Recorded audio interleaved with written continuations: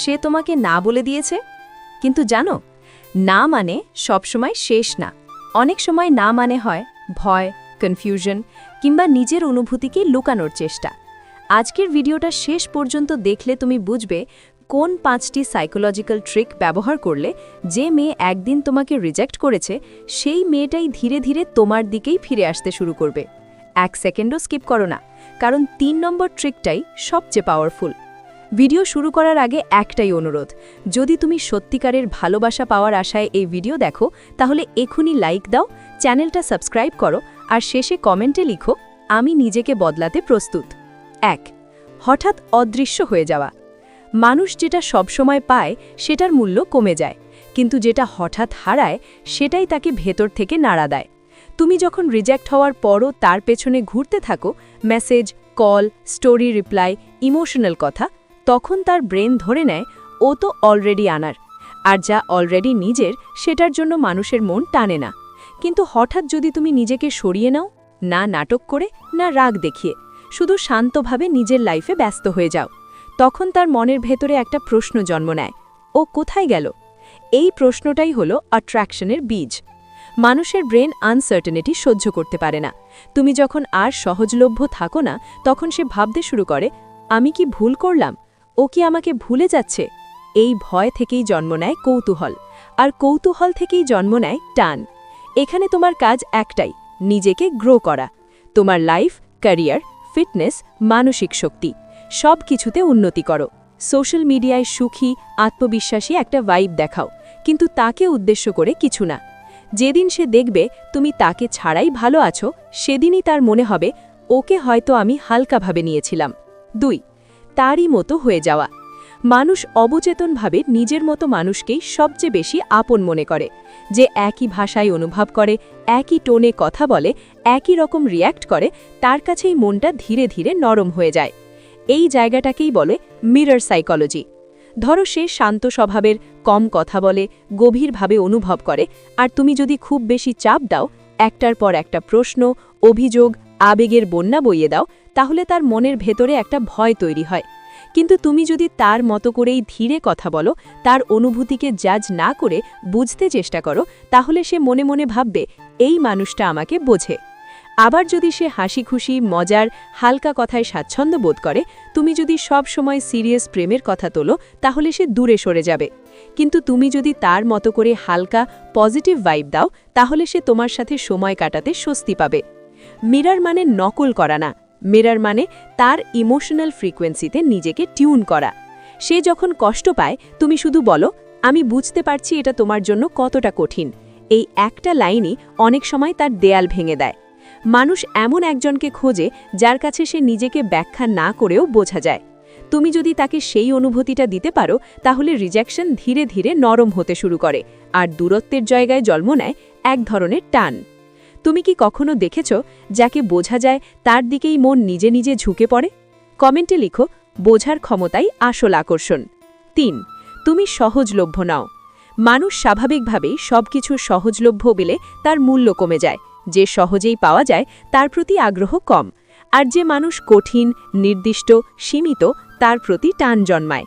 এই মানসিকতাকেই বলা হয় স্কেরসিটি ভ্যালু। যখন তুমি রিজেকশনের পরও সব সময় তার কাছে ছুটে যাও, মেসেজে ও কলের জবাব অবিলম্বে দাও, তার যে কোনো প্রস্তাবে হ্যাঁ বলো, তাহলে সে ভাববে ও সব সময় থাকবে, আর যা সব সময় থাকবে তার মূল্য কমে যায়।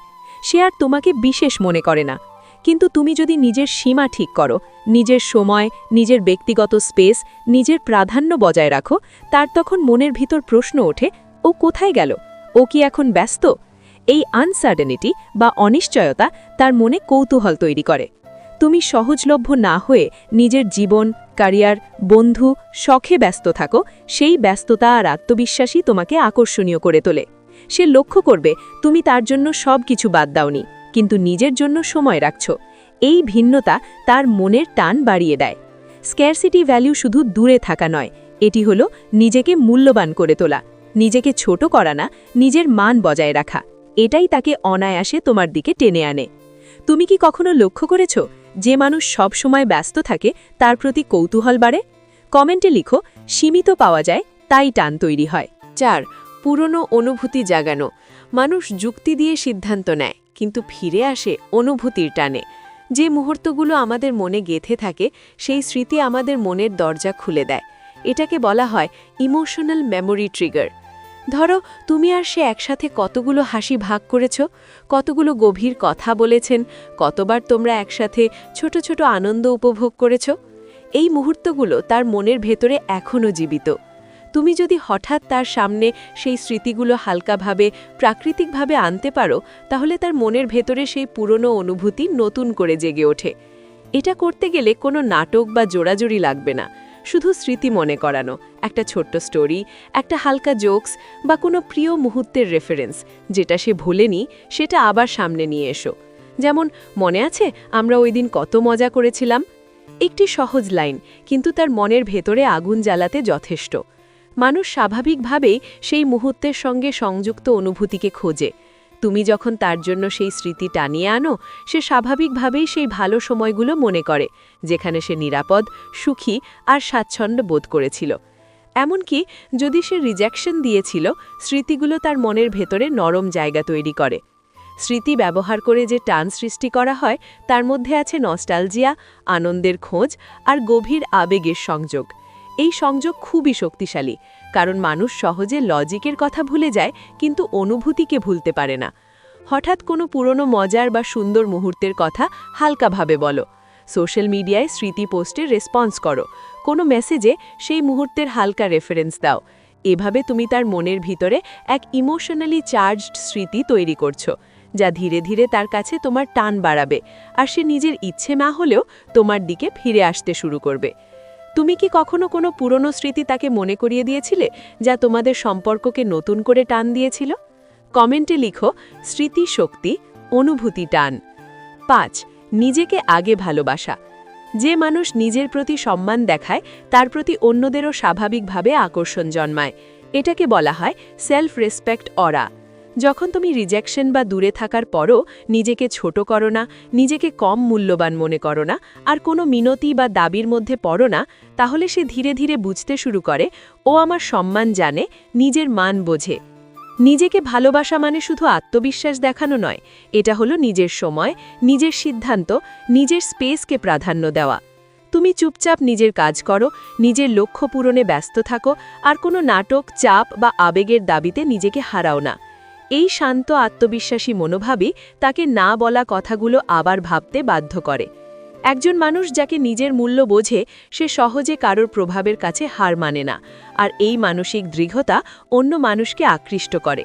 সে দেখবে, আমি যে মানুষকে হারাতে বসেছি, সে আমাকে সম্মান করতে জানে। এই রিয়েলাইজেশন তার মনে টান তৈরি করবে, আর সে ধীরে ধীরে তোমার দিকে ফিরে আসবে, কারণ মানুষ স্বাভাবিকভাবেই সেই মানুষের কাছাকাছি যেতে চায় যিনি নিজের মান বোঝেন। এই 5টি psychological trick, absence effect, mirror psychology, scarcity value, emotional memory trigger আর সেলফ রেসপেক্ট অরা ব্যবহার করলে তুমি শুধু রিজেকশন কাটাতে পারবে না, বরং তাকে নিজের কাছে টানতেও পারবে। ভিডিওটা যদি তোমার কাজে লাগলো, এখনই লাইক দাও, চ্যানেল সাবস্ক্রাইব করো, আর কমেন্টে লিখো, আমি নিজের মূল্য জানি, তাই টান হবে।